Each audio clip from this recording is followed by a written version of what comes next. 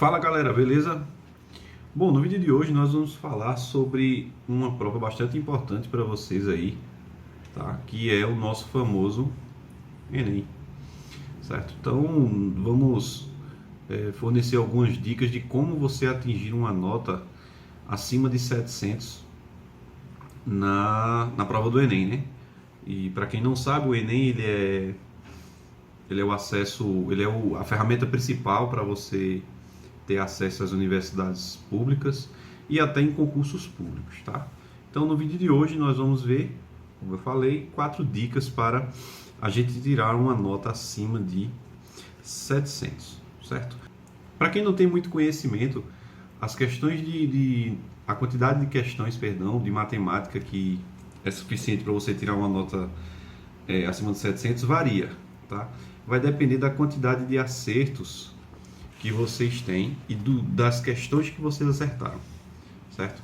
Então eu peguei como exemplo aí a última prova do ano de 2018, em que nós temos aí o seguinte,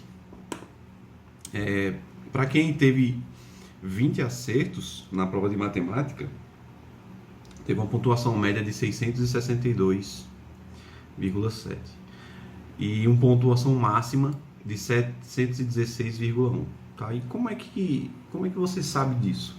Bom, isso varia muito de acordo com as questões que você acerta, tá? Na teoria, para quem não conhece bem o Enem, acha que acertando as questões mais difíceis você vai pontuar mais.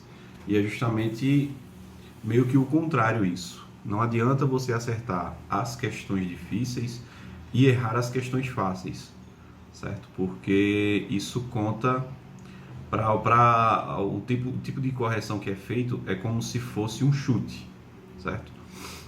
Então eu peguei só 2 exemplos aqui, né? Eu acabei de falar o de 20 acertos. E para quem teve 27 acertos, teve uma média de pontuação de 753 e um máximo de 802,5, tá? Mas como é que isso é possível? Vamos observar aqui com o andamento do vídeo, com algumas dicas para vocês, tá? Então, primeiras dicas que eu posso dar a vocês, a primeira delas vai ser: resolva muitas questões. Então, quanto mais questões você responder do Enem, mais você vai se familiarizar com elas, certo? E você vai tendo uma noção de como é o nível das questões que é cobrado, tá? Então, quanto mais questões você resolver, vai ser melhor para você, para sua carga de conhecimento, certo? Então, essa é a primeira dica que a gente pode nos dar.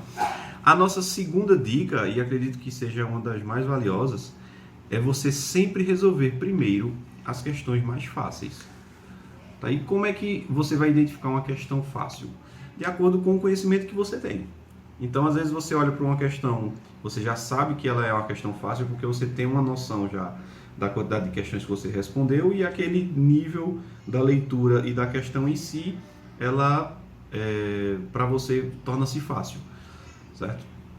Então, por que eu estou falando isso para vocês? Porque o método de correção, como eu havia falado anteriormente, ele não é aquele do tipo: acertou as mais difíceis, você vai pontuar mais. Acertou as mais fáceis, você vai pontuar menos que pontuaria se acertasse as difíceis. Não é assim. O método de correção do Enem, ele usa esse método TRI, que é o chamado Teoria Resposta Item, em que ele olha uma progressão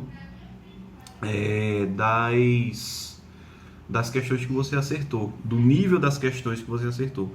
Então tem questões que ele considera fáceis e tem outras questões que ele considera como se fosse um pré-requisito para você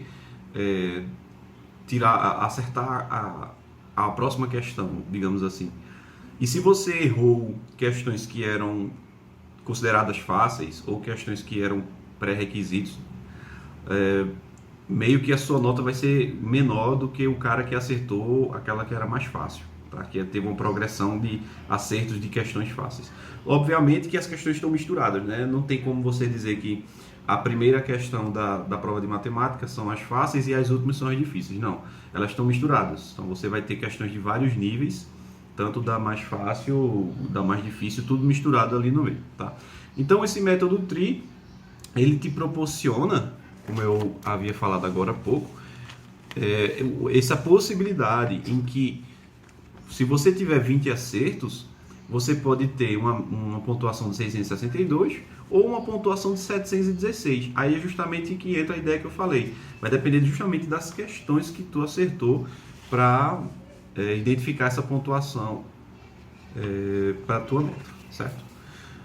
Continuando aqui, a nossa próxima dica que eu posso te dar é cronometrar sempre o tempo das resoluções durante o teu treino, certo? Você vai ter em média 3 minutos para responder cada questão. Obviamente vai ter questões que são mais fáceis, você às vezes não precisa desse tempo todo, você às vezes precisa de 1 minuto, de 30 segundos, não sei, vai depender da tua carga de conhecimento e do nível da questão. E justamente esse tempo que tu economizou em tu pode precisar para uma outra questão que talvez seja um pouco mais difícil. Aí é justamente onde entra a ideia. Não perca muito tempo numa questão se você está sentindo que ela é difícil, se não está conseguindo resolver ela fácil. Aí você pula e vai para uma próxima e sempre tentando resolver primeiro as questões mais fáceis, tá? Então, se você vem respondendo várias questões do Enem, pega questões anteriores, de provas anteriores, e vai sempre mantendo esse padrão, aí isso vai te facilitar bastante justamente nessa etapa, que é para você cronometrar o teu tempo. Então, certo? Se você está respondendo uma questão de matemática entre 2 e 4 minutos, 2,5, 4 minutos e meio, está numa média razoavelmente boa.